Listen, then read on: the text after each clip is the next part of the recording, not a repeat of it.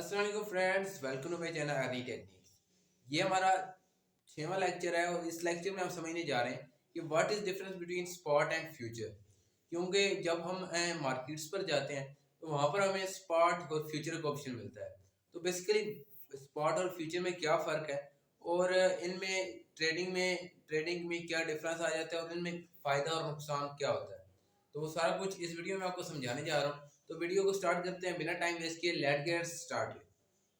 जी friends, हम आ चुके हैं अपनी मोबाइल की स्क्रीन पर और हम चलते हैं अपने बाइनेंस पर। तो हमारा टॉपिक है कि what is difference between spot and future, और बाकी सारा कुछ भी आपको समझा देता हूँ। तो स्टार्ट करते हैं सबसे पहले स्पॉट में। स्पॉट क्या चीज़ है? तो स्पॉट को आपको अगर एज एग्जाम्पल मैं आपको समझाना चाहूँ तो इससे आप ये समझ सकते हैं कि फर्ज करें अभी जो डॉलर की प्राइस है इंटू पी के आर, वो आप समझ लें कर लें 100 रुपये में।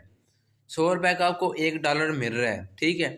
तो अब आप सोचेंगे कि फ़र्क करें अगर आप $100 ले लेते हैं, ठीक है। $100 ले लेते हैं आप, और आप वो डॉलर जब डॉलर की कीमत 110 रुपये हो तो वो आप डॉलर 100 सेल कर देते हैं। अब हर डॉलर के ऊपर आपको 10 रुपये मुनाफा हो रहा है और वो आपका तकरीबन 1000 रुपया मुनाफा बनता है। ये एग्जांपल है हमारे पास स्पॉट की, कि अगर जब हम डॉलर ले लेते हैं 100 रुपये का, अगर उसकी कीमत 90 पे भी जाती है तो हमें पता है कि हमारे पास $100 जो है वो पूरा पड़ा है। जब इसकी कीमत अप जाएगी तो हम सेल कर लेंगे, डाउन जाएगी तो हम वेट कर लेंगे। तो ये सारा होता है हमारे पास स्पॉट में। जो भी करेंसी हम अपनी बाय करते हैं स्पॉट में, उसको हम बाय करते हैं एक बार। फर्स्ट करें यहाँ पर इसकी कीमत यहाँ पर नीचे लिखी हुई है अप्रोक्सीमेटली $50.23। इसको मैं यहाँ बाय कर लेता हूँ। तो जब इसकी कीमत मैं कहता हूँ कि 60 पे जाए तो मैं इसको सेल करना चाहता हूँ। तो वो जब तक आपकी प्राइस अप नहीं जाएगी आपके पास कॉइन उतने पड़े रहेंगे। लेकिन अगर हम बात कर रहे हैं अपने फ्यूचर की, तो फ्यूचर में क्या होता है? आप कोई भी करेंसी, आपको मैं अगर एग्जांपल देना चाहूँ तो इसकी एग्जांपल कुछ आ जाएगी हमारे पास। मैं आपको समझा देता हूँ इसको, क्योंकि इसकी कोई लाइव से मुझे एग्जांपल नहीं मिल रही, तो मैं आपको इसको डायरेक्ट समझा देता हूँ। बेसिकली फ्यूचर को अगर हम समझना चाहें तो हम इसके बारे में ये कह सकते हैं कि जब हम कोई भी फ्यूचर की करेंसी बाय कर लेते हैं, मतलब कि फर्ज करें हम डॉलर बाय कर लेते हैं 100 रुपये पे, ठीक है, फ्यूचर में। तो उस पे क्या होगा कि जब हम 100 डॉलर बाय कर लेते हैं, 100 रुपये का $1 है और $100 हमने बाय किए। तो फर्ज करें अभी हमने 10,000 रुपये इन्वेस्टमेंट किया है, ठीक है।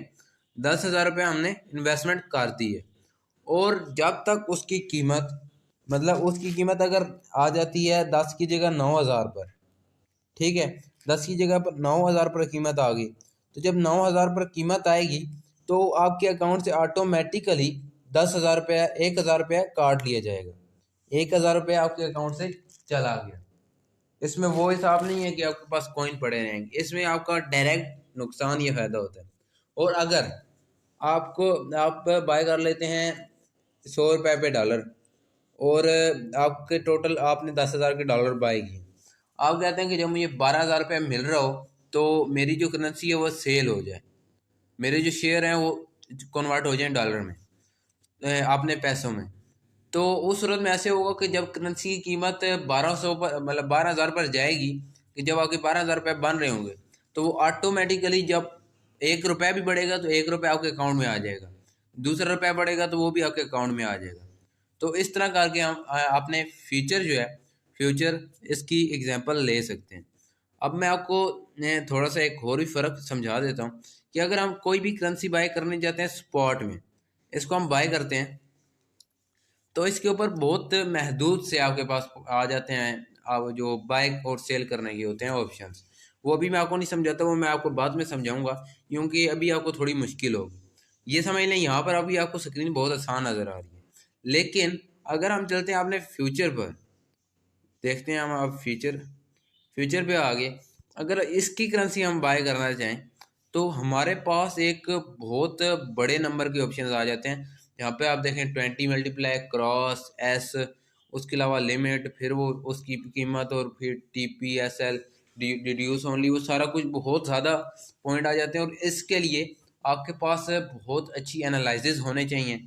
जबकि अगर हम कोई स्पॉट की करेंसी बाय करते हैं और उसकी प्राइस नीचे भी जाती है तो हमारा नुकसान नहीं होता।